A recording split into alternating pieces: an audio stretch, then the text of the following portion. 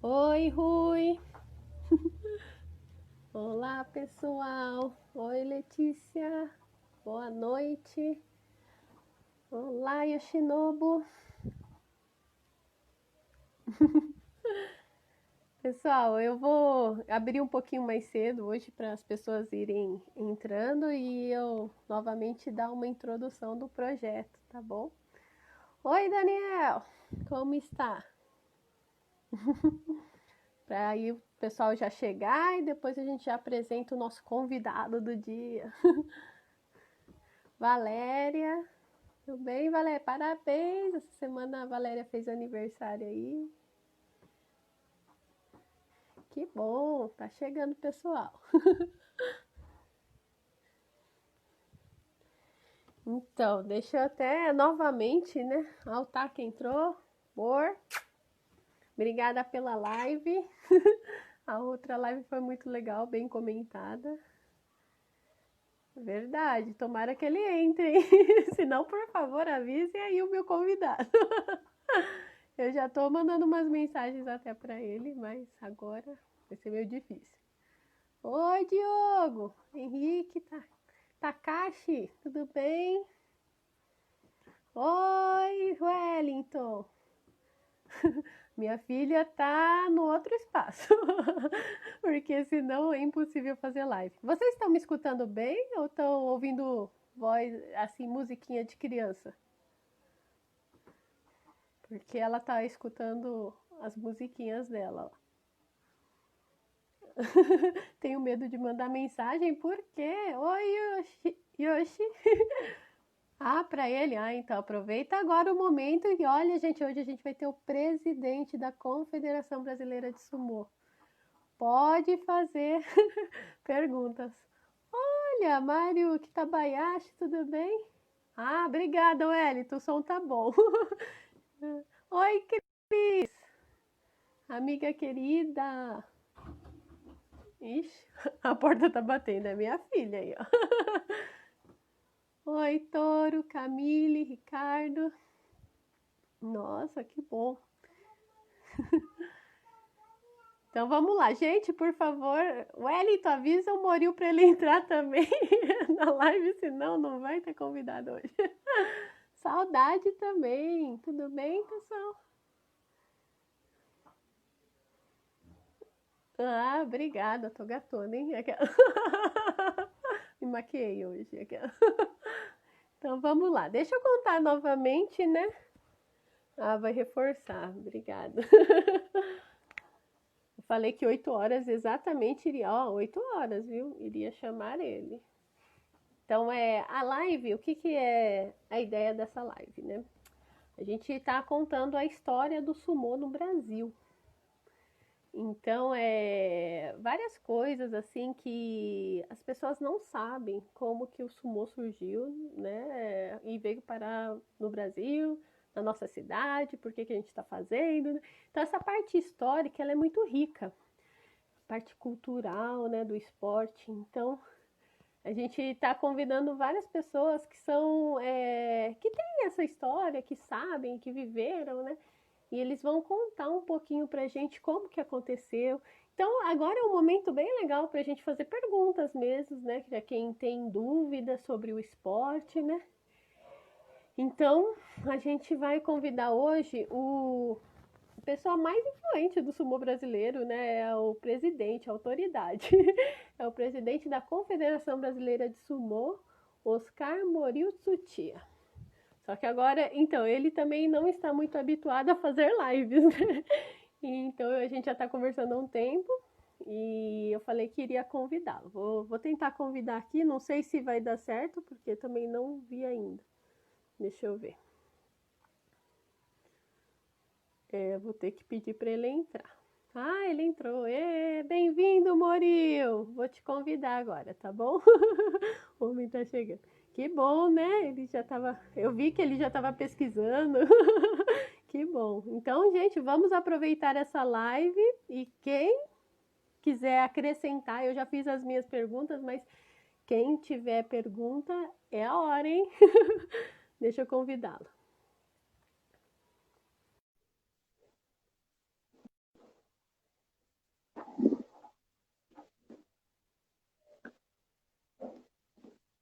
Estamos aguardando.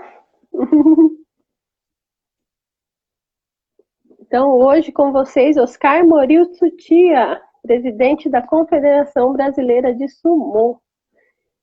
E uma das pessoas, das cabeças pensantes do sumo brasileiro. Opa. Olá, Moril! Como está?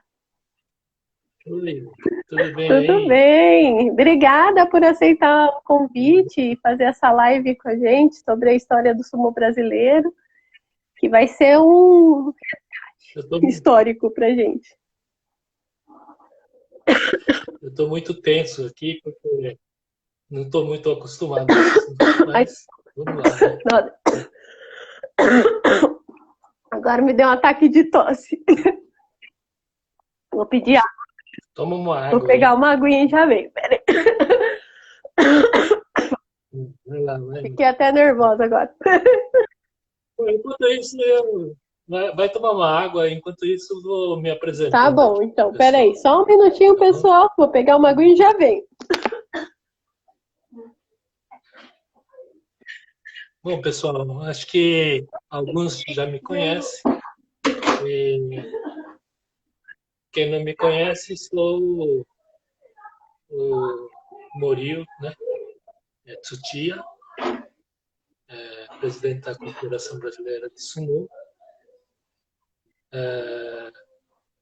Estou no Sumô já desde muito criança, né? Eu lembro, com 5 anos de idade, eu já lutava Sumô lá no interior, lá do Tupã, né? E... Oi, Peraí, só... Tchau, tudo bem? Tudo bem? Então, eu estava falando, Lu, que eu comecei no Sumô mesmo muito criança mesmo, né?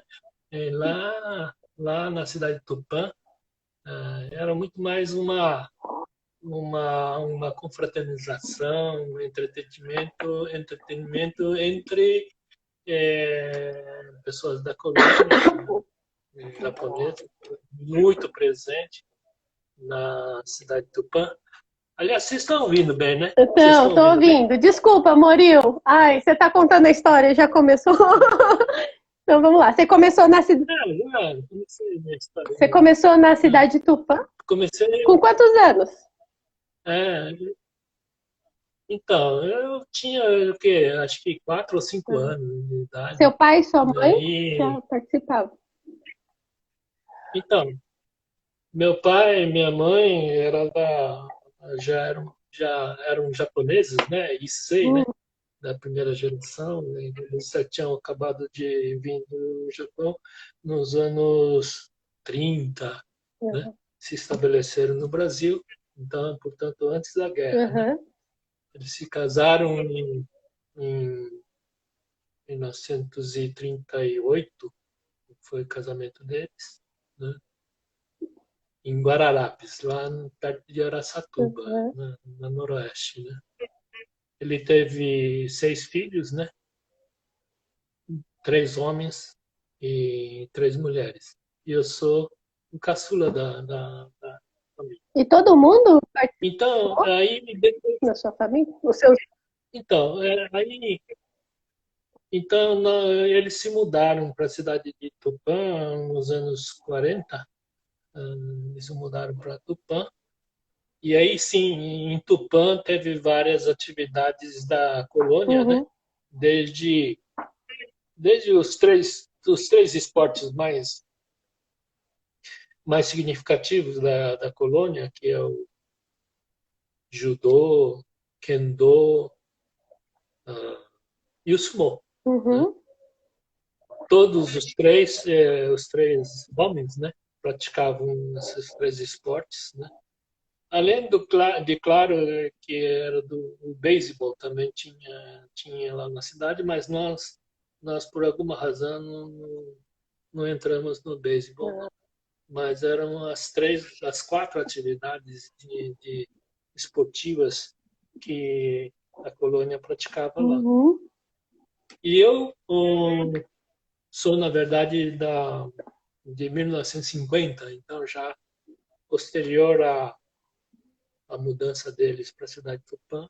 E, e os três irmãos lá praticavam muito, ou se divertiam muito, né? Tinha uma atividade bastante intensa na colônia, porque era muito grande a comunidade japonesa naquela cidade lá. Né? Então, praticamente foi o meu começo também, com 4, 5 anos de idade, eu já entrava no sumo lá, mas era uma atividade assim muito mais festiva, né? Não era uma prática habitual. Se juntavam porque sempre as comemorações, os campeonatos, não seria nem um campeonato, eram festivais, né? Que se promovia entre crianças, né? E até adultos também. Que bom. E aí, com 4, 5 anos, já comecei a lutar, né? Daquela forma lá, acho que todo mundo conhece já, com mauachis assim, ainda bem improvisados, né? De panos, de tecidos. O meu já tinha uma evolução já, né? Meu macho já era um pouco mais evoluído, era de lona de caminhões, né? Então, era uma coisa mais assentada do que de tecidos de saco de café, sacos de E arroz, né? Que se usava muito. naquela época vocês usavam shorts por baixo, cueca, ou já... Então, praticamente, aí contando um pouquinho a história complementando um pouco a história do que o Takahiro contou na live anterior, né? Que logicamente tinha esse problema de apresentações aqui no Brasil, né? Um puritanismo assim da época, né? Que não se permitia muito assim roupas sumárias, né? Então e também não tinha um mauache adequado para se portar, né? Então tinha o perigo de aquilo se desfazer durante as lutas, né? Então resolveu-se usá-los em cima de calções. Calções ou depois mais tarde shorts e assim por diante, né? Então a vestimenta da época eram calções.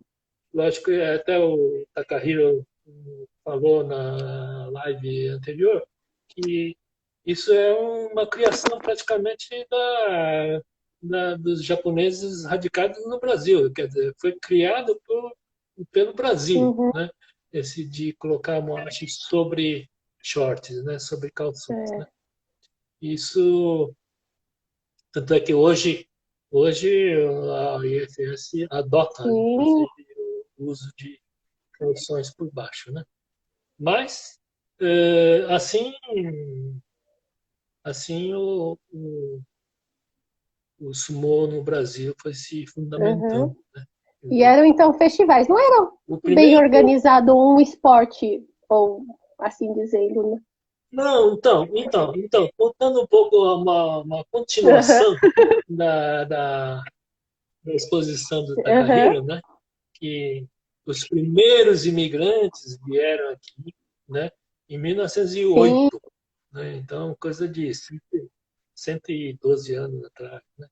Então, os primeiros imigrantes vieram e a única diversão deles eram esses festivais, assim, com comida farta e também uma prática esportiva, até atletismo também se praticava. O resgate E cultural. nesses festivais, invariavelmente, tinha sumo, né? Então, desde os primeiros imigrantes daqui, o sumo eram praticados nas colônias, né? Nas colônias japonesas, né? Que tinha colônia japonesa na Noroeste, na Araraquara, e onde se tinham festivais onde tinha sumo também. E nessa fase, foi até criado uma associação de sumô em que fizeram um campeonato, o primeiro campeonato de âmbito mais assim com Formato, premiação, né? com categorias tal, né? E foi em Ah, 1931, 1930. né? Foi Aonde? 31, é coisa bem antiga, em Guatapará. Guatapará. Guatapará é uma cidade perto de Ribeirão Preto, Aham. onde tinha uma colônia japonesa grande, né? E logicamente vieram para plantações de café, Que né? legal. E aí esse foi o primeiro campeonato de âmbito mais Hum. extenso e é considerado um campeonato Ah, mesmo, certo. né? E aí sucederam vários campeonatos aí, é, até fizeram campeonatos em Londrina, Pereira Barreto também foi palco de alguns campeonatos da época, digamos assim. Eu considero essa época uma época de sumô antigo, Aham. né? Quer dizer, era muito baseado em sumô de templos shintoístas, Tá. né? É o que os primeiros imigrantes, né, trouxe para o Brasil essa cultura do sumô de templos Certo. shintoístas, né? E lá no Japão, até complementando o que o Takahiro falou, é que os templos shintoístas para arrecadar valores, para arrecadar fundos para a construção de novos templos no Japão, naquela época de 1800, Hum. 1900, né? Então, promoviam vários campeonatos, né, com regras e até uma formalidade de Hum. campeonatos, assim, criavam para Arrecadar. angariar Aham. fundos, né? É, arrecadar fundos. Aqui também pegou-se o mesmo formato para arrecadar fundos e eram promovidos por, por pessoas assim de grande posse que estavam na colônia, né? Então, na colônia sempre tinha um bem-sucedido, né? Uma família Aham. bem-sucedida, né? Que promoviam esses Certo. campeonatos, né? Com muita comida, muita festa, Uhum. né? E também na época, então, até se criou, digamos, uma profissão, uma profissão paralela, né? Que eram os Ah, lutadores, né? existiu então E, na a verdade, liga como. quase que era como se fosse um profissional, né? Mas não era bem um profissional, eram pessoas assim que, que as famílias das Ah, colônias, né? Se dedicavam ou outra pessoa que tinha uma habilidade maior, né? Para eles lutarem nesses uhum. festivais, né? E que eles tinham a grande vantagem de não precisar trabalhar na agricultura, Ah, na então roça, essa era a entendeu? vantagem. Ia lutar Então, sumô. Ah, então, passava o dia, trem. né, e a comida era fornecida por esses Aham. patrocinadores, né? E eles praticamente viviam para Ah, que lutar, legal. né? Então, essa fase foi bem assim. E os festivais tinham o hábito das pessoas fazerem doação de envelopes com Ah, sim. dinheiro, né? Com dinheiro, né? É uma tradição japonesa, né? Que em vez de dar prêmios assim, davam envelopes com dinheiro dentro, Aham. né? Justamente para aquele lutador fã que ele tinha, né? Uhum. Esse formato durou até o início das guerras, Ah, né? certo. Quer dizer, foi até 1940, 41, né? Aham. Quando estourou a Segunda Guerra Mundial e o Japão se tornou inimigo do Brasil, Uhum. né? E nessa época todas as atividades culturais, de lazer, diversão dos japoneses aqui, imigrantes japoneses que estavam no Brasil, Uhum. né, sofreu restrições grandes, não podiam se aglomerar em Fazer os comunidades, não festivais, podiam, né? logicamente, fazer os festivais, Uhum. né? E não podiam também, logicamente, ter esse tipo de Certo. lutas de sumô, Uhum. né? Isso durou a fase da guerra toda, né? Que foi terminar em 1945, Uhum. né? E aí começou uma pequena abertura do, do governo brasileiro para os japoneses aqui radicados, porque a colônia japonesa era muito importante na Uhum. agricultura, né? Porque sem ele, sem ele a agricultura brasileira, principalmente a paulista, Sim. né? Não se estavam estagnados durante a guerra. Então ele foi abrindo um pouco. Uhum. Aí, logicamente, o japonês nunca esqueceu os princípios dele, né? E a prática do sumô Uhum. também, né? Logicamente, eles amavam o sumô, Uhum. né? Iriam praticar o sumô, né? E aí, em 1947, quer dizer, logo 2 anos logo depois da Segunda Guerra Mundial, somente 2 anos, eles já promoveram um campeonato de âmbito Uhum. brasileiro em Ah, é? Araçatuba, em Então foi o 1947, primeiro campeonato dois brasileiro, anos depois. seria. Esse foi também, digamos, uma fase Ah, certo. intermediária Tá, ainda, entendi. né? Em 1947, é, com ainda alguns formatos de, de regras e juízes ainda portando vestimentas Hum. tradicionais, né? Então, eles fizeram essa, esse campeonato em Uhum. Araçatuba. Esse campeonato foi feito por uma, uma federação de jovens imigrantes, jovens japoneses imigrantes, né? Que chamava Associação Seinen Uhum.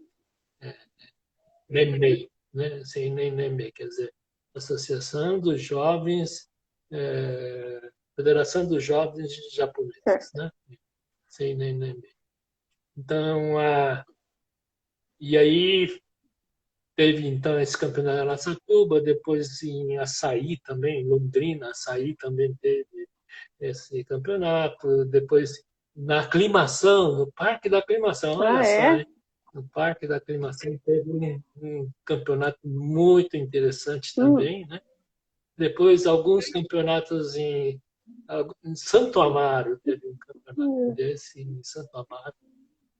Logicamente, o nosso uh, ex-presidente da Confederação, Isao Kagohara, brilhou nessa época Ah, é. também, né? Era um grande E lutador. ele foi um daqueles E, lutadores dessa liga antiga, antes da guerra ou não? Não, é, depois só.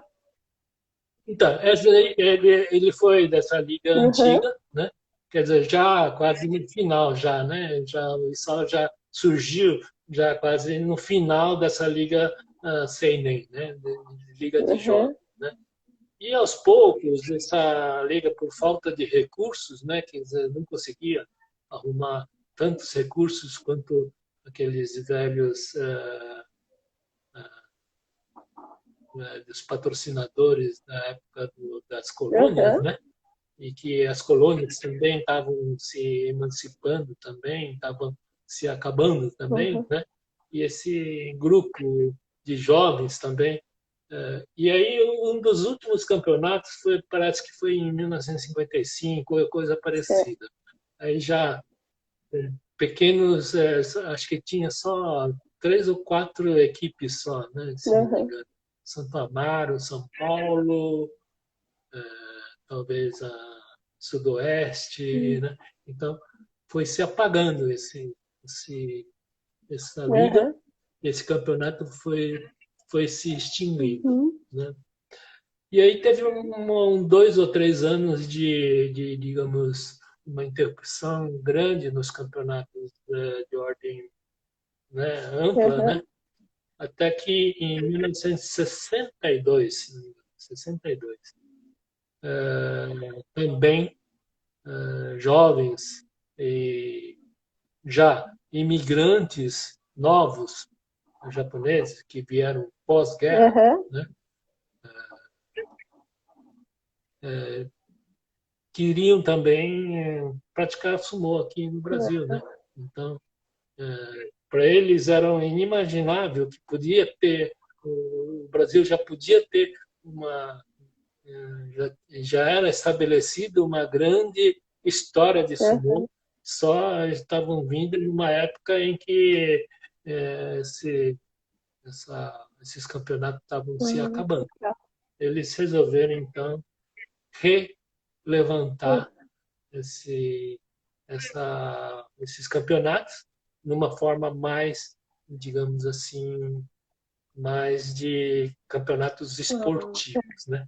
Deixando um pouco aquela fase de campeonatos assim festivos com muita introdução de assim,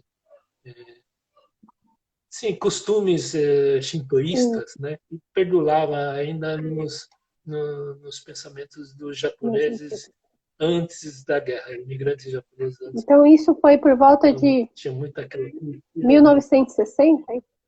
1958, 60, né? Começou a surgir isso, Uhum. né? E aí, inclusive, em 1955, se não me falha as datas, né? Veio uma comitiva do Uhum. Japão, do próprio Ozumo, do sumo profissional lá, né? Uhum. Tentando esclarecer um pouco. Fizeram acho que até por ordem do governo japonês, ou até por digamos, uma indicação do imperador, né, que na época estavam pregando a não divindade da família imperial Uhum. japonesa, né, por causa da Segunda Guerra Mundial, Uhum. por ter sido país derrotado. Então, ele pregou pelo mundo todo a não a idolatria como divindade da família imperial Uhum. japonesa, né? Então, nessa época, em 1955, o Brasil recebeu uma comitiva do Japão falando assim, quer dizer, falando assim o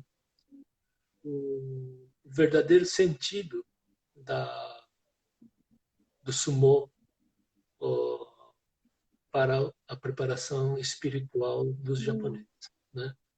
Foi aí que eles aboliram de vez a questão de remuneração Uhum.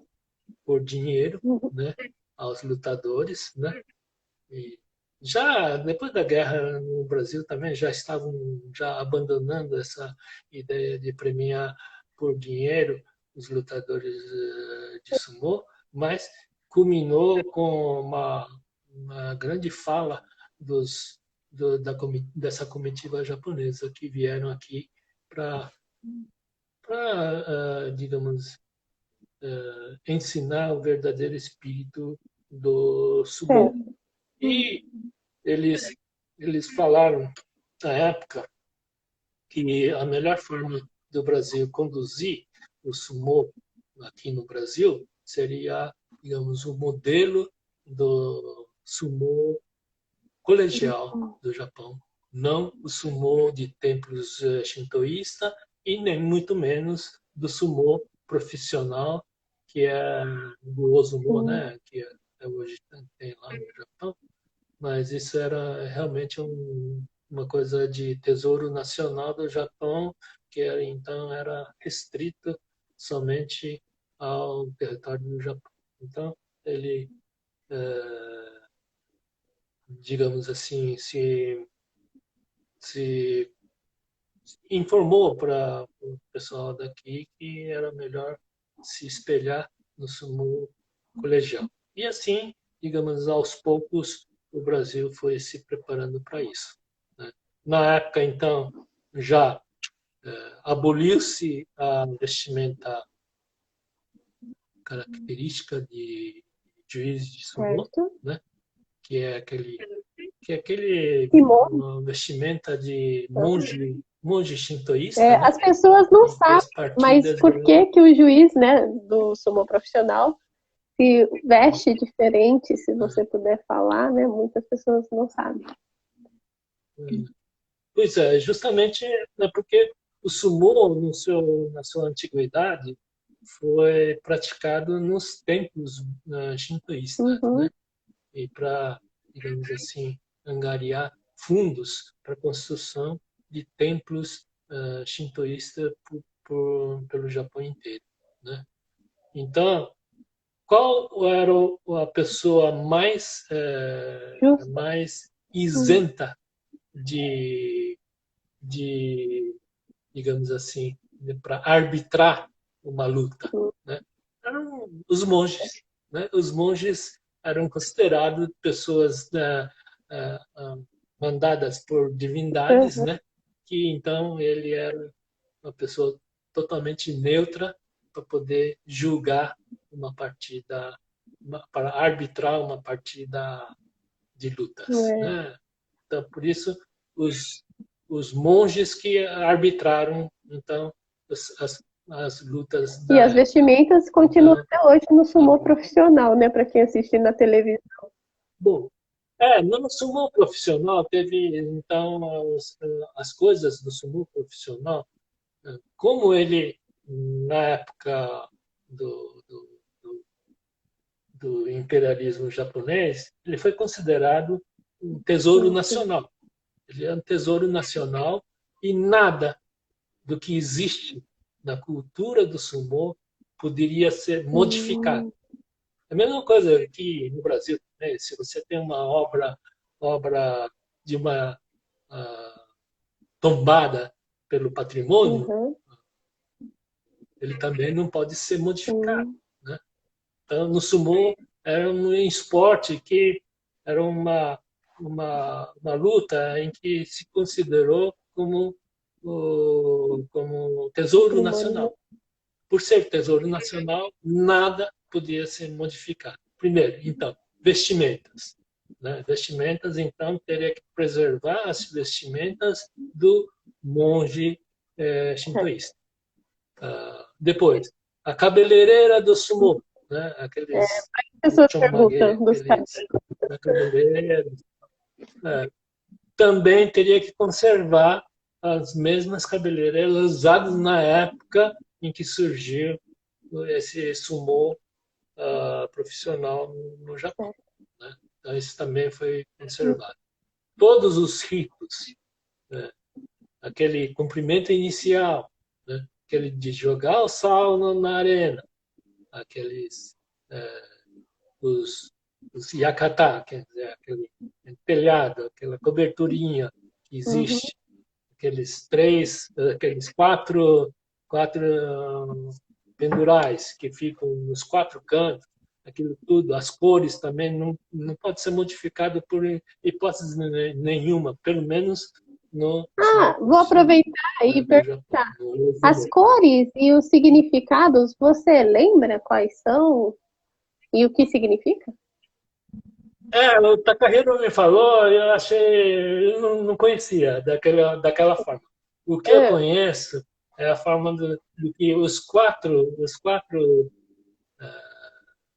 fuçá, né, que a gente chama lá, né, são quatro cores, são quatro estações. Eu tinha aprendido como se fossem quatro estações do ano. é. Quer dizer, começa com a Uhum. primavera, né, que a primavera basicamente é cor vermelha, né? Depois vai. Aí tem uma sequência de cor que eu não lembro bem, mas são as quatro estações, né? Começar por primavera, verão, outono e inverno, ok. né? Então, essas 4 cores que representam as 4 estações dos 4 cantos.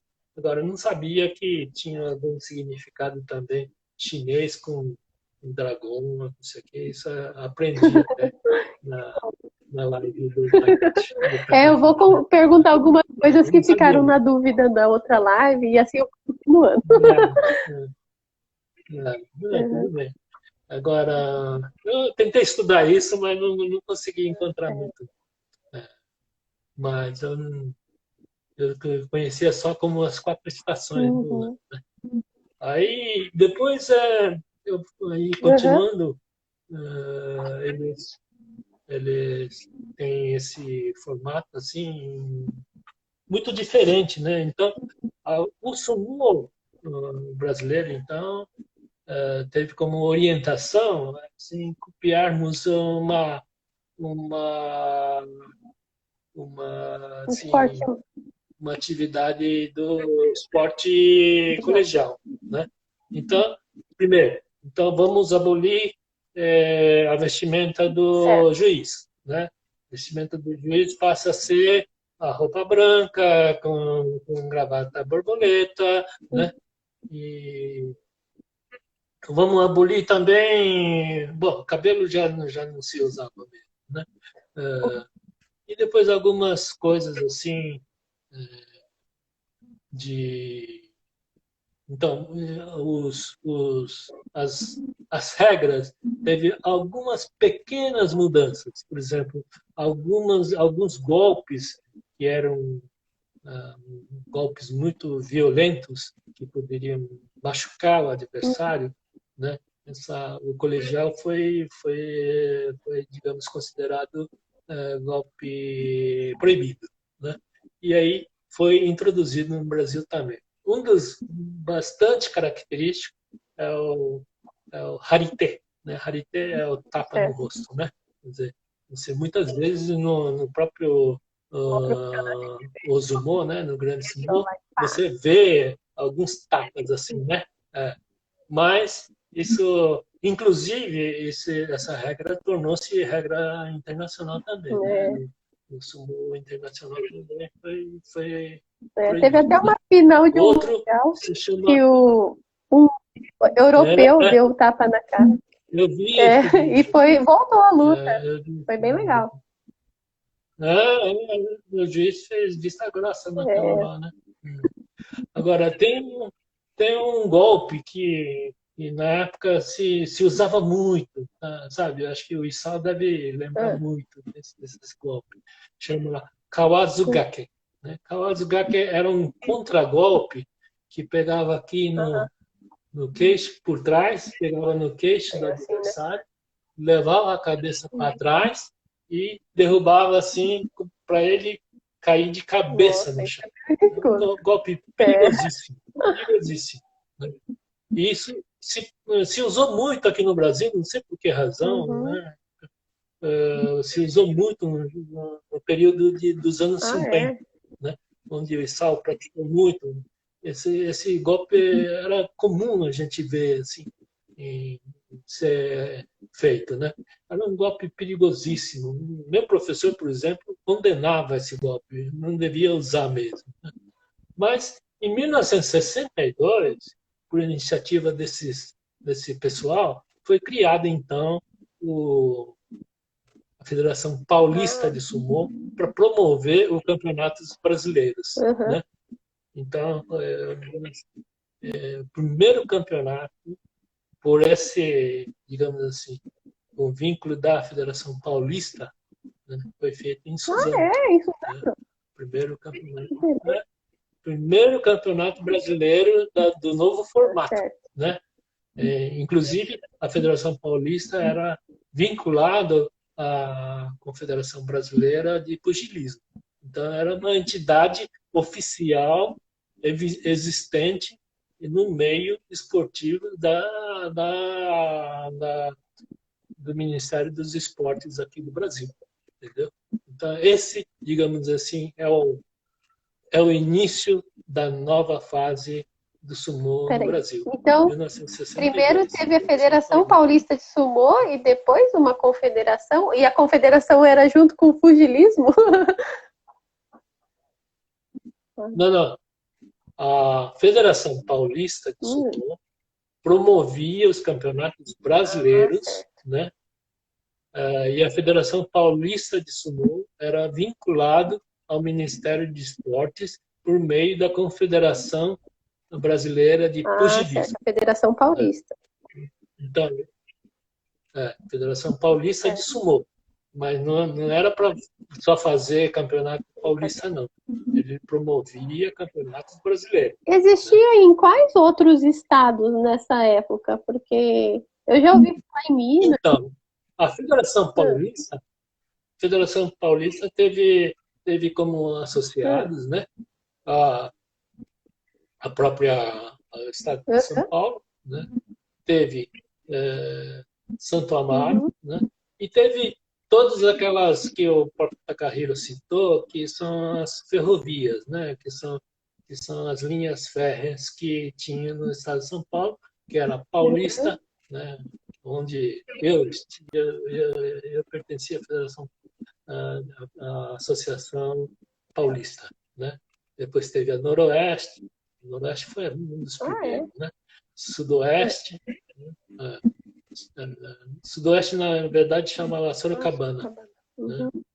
Porque era a linha férrea Sorocabana. Né? Depois teve a Araraquara também, né? Araraquara, hoje extinta, né? Teve a Bragantina. Bragantina é o precursor da Norte, né? Bragantina. Pegava a região de Atibaia também. Era a Bragança Paulista. Aquela linha férrea Bragantina, né? Que acho que até hoje existe um pedaço da linha, né? Bragantina, né? Acho que não esqueci mais de ninguém. Depois teve o sul do Paraná. O sul do Paraná também era associado da federação, né? Você esqueceu do leste. Sul do Paraná. Central, da Central. Né? Então, eu esqueci da Central. Precursora de vocês, né? Precursora da Nova Central, né? Central, que era a região de Mogi, né? Depois São José dos Campos, Taubaté também. Tinha no litoral também, tinha. Em São José dos Campos. Tinha Caraguatatuba também, tinha. Nossa, não ficou muito tempo, não. Caraguatatuba. Né? Depois tinha o Rio de Janeiro, também tinha uma equipe muito forte no Rio de Janeiro. Minas Gerais. Minas não tem ninguém. Usiminas, né? Usiminas era uma equipe fortíssima, formada por funcionários da Usiminas, que era uma empresa japonesa. Né? Tinha, né? Usiminas, tinha Rio Grande do Sul, né? Que até hoje Rio Grande do Sul. Né? Tinha. Paraná Sul, já falei, né? Mato Grosso tinha uma equipe muito legal também. Mato Grosso. Também não sabia. Mato Grosso atuou bastante. Basicamente são essas equipes que formaram essa Federação Paulista. E os primeiros campeonatos foi um sucesso danado. Quer dizer, depois de uma pequena interrupção, né, dos campeonatos, surgiu esse campeonato em 62. O primeiro campeonato foi em Suzano, né? Logo em seguida teve o campeonato. 1962. Você já lutou esse campeonato ou não? Não, esse campeonato não lutei, não, porque eu era criança ainda. E só lutava adultos nessa época. Então, só tinha modalidade adulto na época, né? 1962. Em 63 teve o campeonato de Bragança, né? Bragança Paulista. Era uma região muito, assim, que estava em ascensão violenta por causa da plantação de batata lá. Foi um maior sucesso, uma super safra lá. O pessoal, os japoneses lá, diz que tem história de que os japoneses assim iam para a roça de Impala, né? Aqueles carrões americanos lá, né? o tanto dinheiro que sobrava. Então, eles promoveram primeiro o Campeonato Brasileiro, o segundo Campeonato Brasileiro, né, do Brasil. Né? E na época eu atuava lá no interior, né? O pessoal me colocaram lá como juiz, né? Como juiz mirim, né? Então, como uma atração dos festivais de lá, eles me colocaram lá como juiz, né? Inclusive eu tenho aqui, na época, esse daqui é Nossa, que o legal! Gunpai. Como é que chama? Né? Esse Gunpai aqui, Gunpai. Gunpai. Isso, hoje os juízes apontam o vencedor ou não pelas mãos, né? Com as mãos. Você aponta o vencedor ou o perdedor, né? Com as mãos, você dirige a luta com as mãos. O juiz dirige a luta com as mãos. Na época, com as vestimentas, eu tinha, inclusive, vestimenta de monge shintoísta também. Né?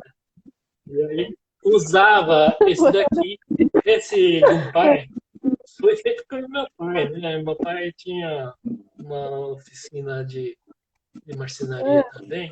Ele fez esse Gunpai para mim, né? E eu com 12 anos, 10 anos já arbitrava. Você é arbitrário.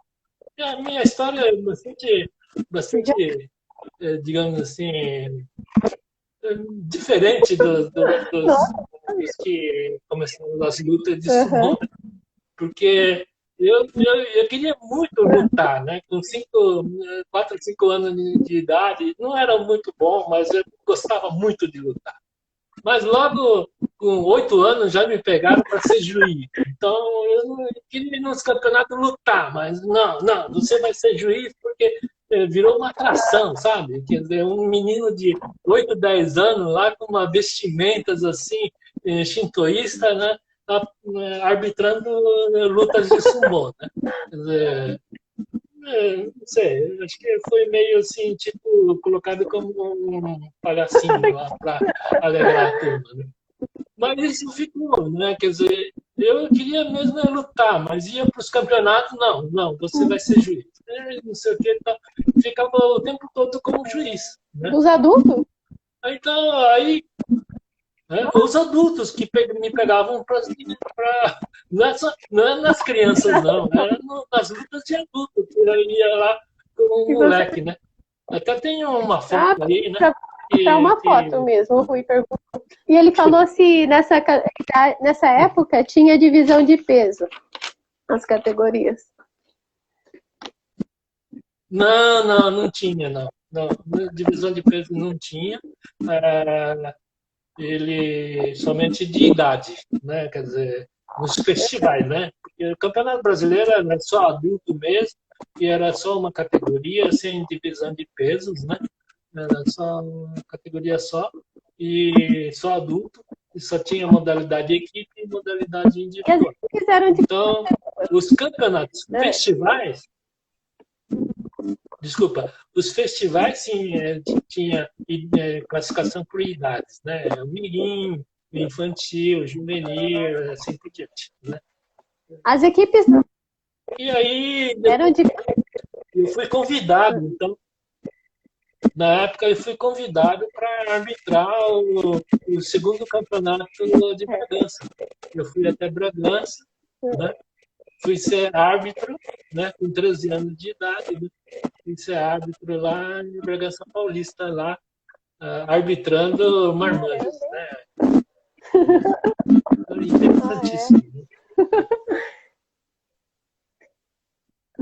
Aí teve, então, várias histórias. Nesses anos 50, 60, ainda assim ficava, assim, digamos assim, algumas regionais eram, assim, na modalidade assim, de festivais mesmo, né?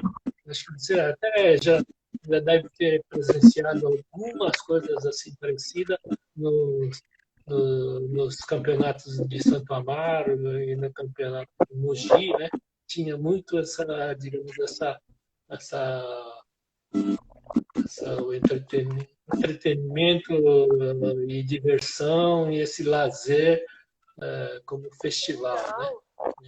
Então, na época, inclusive, ainda assim, tinha alguma coisa assim que lembrava aquelas velhas épocas de sumô no Brasil, inclusive muito da vestimenta do juiz, vestindo trajes de monge shintoísta, ainda perdurou por algum tempo, né? O Sr. Higashi lá da Norte também tem uma vestimenta dessas lá, né?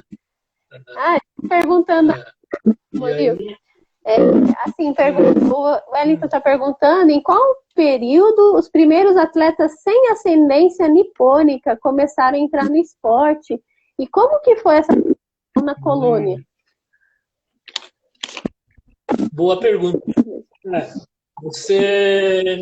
Na verdade, olha, nos festivais de Tupã, onde eu participava, existia, inclusive, pessoal não Nikkei, logicamente, eram poucos, né, que participavam das lutas, né? Crianças, assim, até pessoas de mais adultos também praticavam. Mas no Campeonato Brasileiro foi surgir um campeão brasileiro somente em 1965, no campeonato de 1965. Então, o que era? O terceiro, segundo, terceiro, quinto campeonato brasileiro na Água Branca foi disputado no ginásio da Água Branca. Teve um campeonato campeão brasileiro não Nikkei. Acho que o nome dele era Camilo, alguma coisa assim. Ele surgiu só uma vez só, depois nunca mais ouvimos falar dele. Caramba, hein? Mas depois, por um bom tempo, teve uma hegemonia de um grande campeão, que era o Hakada, né? Foi 8 vezes campeão brasileiro, seguido, né? 8 vezes campeão brasileiro, até 1970. Hakada. Ele era da equipe de Bragança Paulista. Bragança Paulista, né? Ele era então, até amigos do pessoal da Norte. Né? Pessoal da... E aí, depois teve uma pequena hegemonia do grande lutador Ishii, né? Aquele medalhista bronze do judô, né? O professor Ishii, né? Ishii Chiaki. Ele foi 3 ou 4 vezes. O nome do Hatada era Haru Hatada. Haru Hatada, né? E do Ishii era Chiaki Ishii. Né? E ele fazia sumô antes de ir para as Olimpíadas? Ou depois? Ou sempre teve os dois? Não sei. Antes. Então, nos anos 70, depois da era Hatada, né? Ele venceu o Hatada no campeonato de 71, né? Venceu o Hatada. No campeonato de 70 em Araçatuba, teve um grande problema lá, uma briga da decisão do juiz. Né? O juiz apontou como vencedor o Hatada, mas a equipe de São Paulo protestou, achava que eu tinha ganho. Você não era o juiz? Não. Eu já não arbitrava mais, né? Já deixou de ser menino interessante, né? já tinha mais idade. Né? Então, 70 nem lutei, né? Mas em Araçatuba, o pessoal de São Paulo até se retirou do campeonato em protesto. Uma coisa assim, inusitada. Aí, por esse episódio, várias vezes os campeonatos eram interrompidos por protestos de decisões erradas de juízes. Né? Tinha uma certa, digamos assim, certa razão, porque os juízes ainda eram juízes antigos, né? E eram juízes antigos, já com idade. Só um minutinho. quantidade bastante. Murilo, estão falando que o som tá um pouquinho ruim. Você tem fone? Não sei se você tá com fone. Não sei se é isso também está. Talvez seja, né? O fone eu acho que melhora.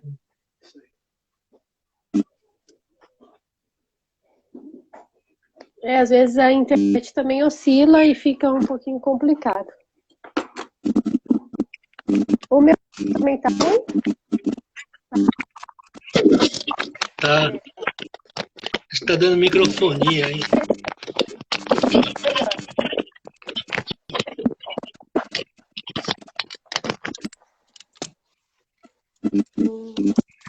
Agora, às vezes é a internet.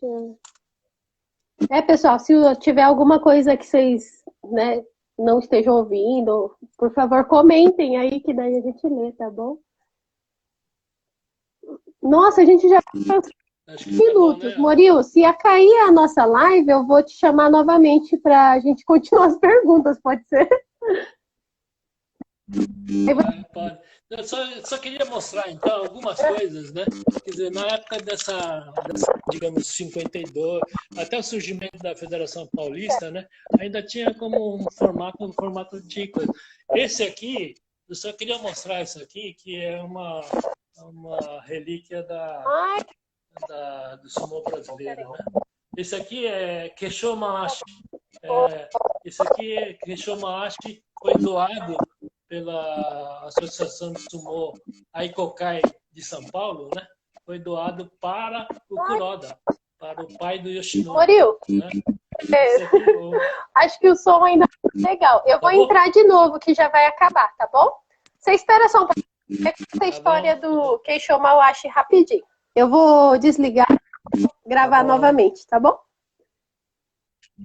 Rapidinho. Quem tá assistindo, pessoal, eu vou parar e a gente vai entrar de novo, tá bom? Até mais. Encerrar vídeo.